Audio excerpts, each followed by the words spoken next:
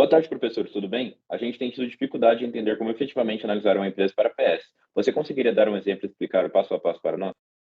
Claro, um exemplo legal para entender melhor esse processo é a Magalu, uma potência do varejo aqui no Brasil. Importante ressaltar que as demonstrações da Magalu de 2021 e 2022 foram aprovadas sem ressalvas pelos auditores, que é a PMG em 2021 e o UA em 22. Qual seria o primeiro passo? Bom, a gente imaginou que vocês teriam dúvidas, então preparamos um PowerPoint analisando a Magalu. Bora dar uma olhada. A Magazine Luiza foi fundada em 1957. Começou como uma pequena loja de presentes e cresceu até se tornar uma das maiores redes de varejo do Brasil. Entretanto, com negócios também distribuídos nas áreas de consórcios e seguridades. Agora sobre as vendas. Vendas gerais incluem todas as transações realizadas, tanto nas lojas físicas quanto online. Já o e-commerce, que é o foco da empresa, refere-se especificamente às vendas feitas através da internet. O e-commerce está se expandindo mais rápido que as vendas gerais. É um reflexo claro da mudança de comportamento do consumidor, com mais pessoas comprando online. Entendi. E qual a vantagem da Magalu nesse cenário do varejo?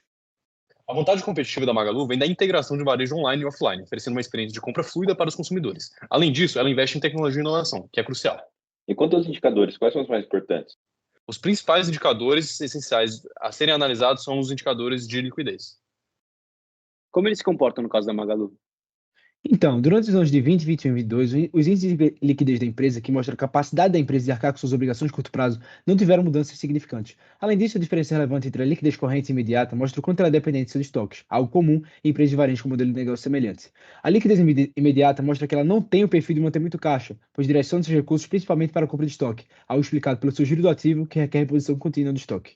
Obrigado, professor. Faz sentido.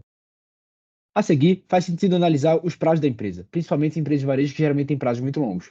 Os prazos da Magalu mostram que, no período analisado, ela está demorando cada vez mais para receber o dinheiro das suas vendas, o que impacta em larga escala o seu ciclo operacional, que aumentou quase 40% de 20 para 22. Em contrapartida, posso notar que de 21 para 22, o prazo médio de pagamento de fornecedores aumentou muito, significando que a empresa tem conseguido adiar o pagamento de seus fornecedores, cujo efeito no caixa é positivo, como mostra a diminuição no ciclo de caixa de 21 para 22, que mostra a quantidade de tempo entre pagamento de estoques e recebimento das vendas, ficando em torno de 35 dias em 2022. A Magalu atende principalmente a população de média e baixa renda, o que traz a necessidade de ela precisar deixar o cliente parcelar o máximo possível, com seu ganho sendo oriundo do seu giro, possibilitando assim uma maior competitividade com seus concorrentes.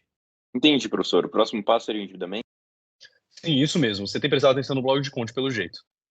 Ao analisar o endividamento da Magalu de 20 a 22, observamos um aumento significativo da dívida devido à estratégia de expansão e investimentos tecnológicos. Em 21, o endividamento subiu para 6,4 bi e em 22 ajustou-se para cerca de 7 bi.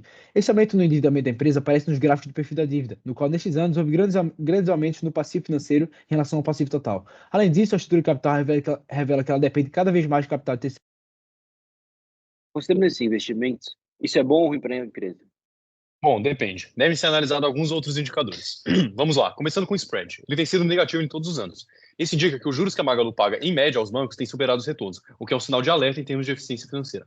Devemos também analisar a alavancagem, que aumentou, refletindo a maior captação de dívida. Contudo, a razão dívida líquida sobre EBITDA também aumentou em 2021, principalmente devido à forte captação de financiamento, uma vez que o EBITDA e a variação de caixa não foram tão relevantes quanto o aumento da dívida. Além disso, em 2022, é possível observar o crescimento de potencial de geração de caixa operacional, diminuindo assim a alavancagem. No mais, é essencial destacar que esses níveis indicam que o endividamento da empresa é maior do que o EBITDA. Isso é preocupante, pois sugere que, nesse caso, que a empresa poderia levar mais de 2 anos para pagar suas dívidas atuais com seu EBITDA atual. Por fim, a contribuição da alavancagem, que combina o spread negativo com a alavancagem da dívida, também se tornou negativa. Isso significa que o uso da dívida, ao invés de adicionar valor, está diminuindo o valor para os acionistas, está alavancando as perdas. Isso impacta negativamente a percepção do mercado sobre o Magalu? Sim, uma contribuição da alavancagem negativa pode preocupar os investidores, pois indica que a empresa pode estar enfrentando dificuldades para gerar valor suficientes a partir de seus investimentos financiados por dívida. No entanto, é importante considerar que a Magalu está em processo de expansão e transformação digital. O desempenho atual pode refletir investimentos a longo prazo que ainda não geraram retornos esperados. A chave será como a empresa ajusta suas estratégias para melhorar esses indicadores. Depois de entender o endividamento, o importante é a margem e rentabilidade da empresa, certo? Sim, isso mesmo. Bora entender isso então. Primeiramente, vamos analisar as margens da DRE. Conseguimos ver no gráfico a seguir uma comparação dos resultados financeiros na DRE ao longo dos anos de 2020 e 2022. No demonstrativo, podemos ver uma crescente no lucro bruto. Com o passar dos anos, essa com respaldo na boa variação percentual da margem bruta, que mesmo negativa de 20 para 21, não impediu o aumento do lucro bruto. Isso indica que os aumentos constantes na receita da Magalu se traduzem em maior lucro bruto e que o CMV aumenta próximo à mesma proporção das receitas. Essas informações por si só indicam que a Magazine Luiza conseguiu realizar mais vendas sem aumentar o custo de suas mercadorias. Isso é importante ressaltar para entender mais na frente as estratégias adotadas por essa companhia. Estou entendendo. Pode continuar, professor. Continuando, em contrapartida ao lucro bruto, o lucro operacional da empresa cai em 2021, enquanto a margem EBITDA teve um decréscimo de 2%. Isso ocorreu principalmente por influência da diminuição da margem bruta para esse período, mas principalmente pelo aumento das despesas com vendas, que aumentaram de maneira desproporcional ao aumento da receita, e para o período observado, indicando que as estratégias de venda não foram as mais eficientes. Quanto à margem líquida, há uma diminuição de 3% entre 20 e 21. A variação negativa da margem se dá principalmente por conta da alta despesa financeira em 22, que resultou no lucro líquido negativo no mesmo ano. A alta despesa vem do acúmulo de juros que a Magalu tem a pagar para bancos por conta da captação dos anos anteriores. Note que, entretanto, o resultado líquido da Magalu em todos os anos é aliviado pelo diferimento do IRCS.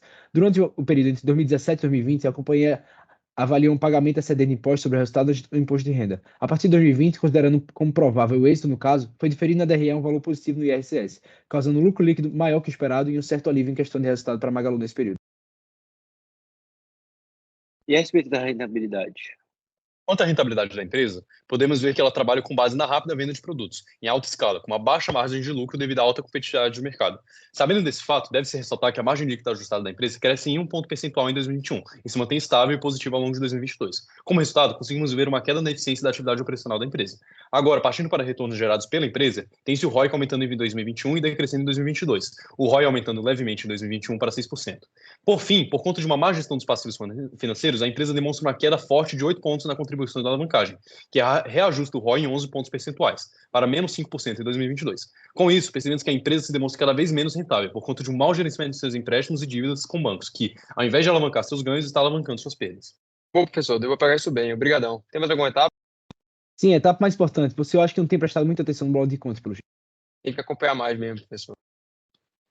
Bom, finalmente, é importante entender a geração de caixa. No caso da Magalu, pode-se observar que seu FCI se mantém semelhante durante os 3 anos analisados, gerando perda devido ao essencial investimento anual da empresa em ativos imobilizados intangíveis. Quanto ao FCF da empresa, pode-se observar que ele tende a ser negativo. Em 2020, isso ocorreu principalmente devido ao pagamento de arrendamento mercantis e aos juros sobre empréstimos. A empresa tende a captar altos empréstimos anualmente para manter sua operação, porém, em 2021, os valores captados foram superiores. Ela captou 6,3 bilhões em dívidas, devido principalmente a planos de expansão. Essa captação tornou o FCF positivo no ano de 2021, porém, o impactou negativamente em 2022, onde os juros tiveram um crescimento significativo, assim como o valor de arrendamento devido à expansão operacional realizada. Empresas de varejo tendem a ter um alto valor a pagar em relação a arrendamentos, por ter suas operações realizadas em áreas como shopping centers e que demandam altos custos de aluguel.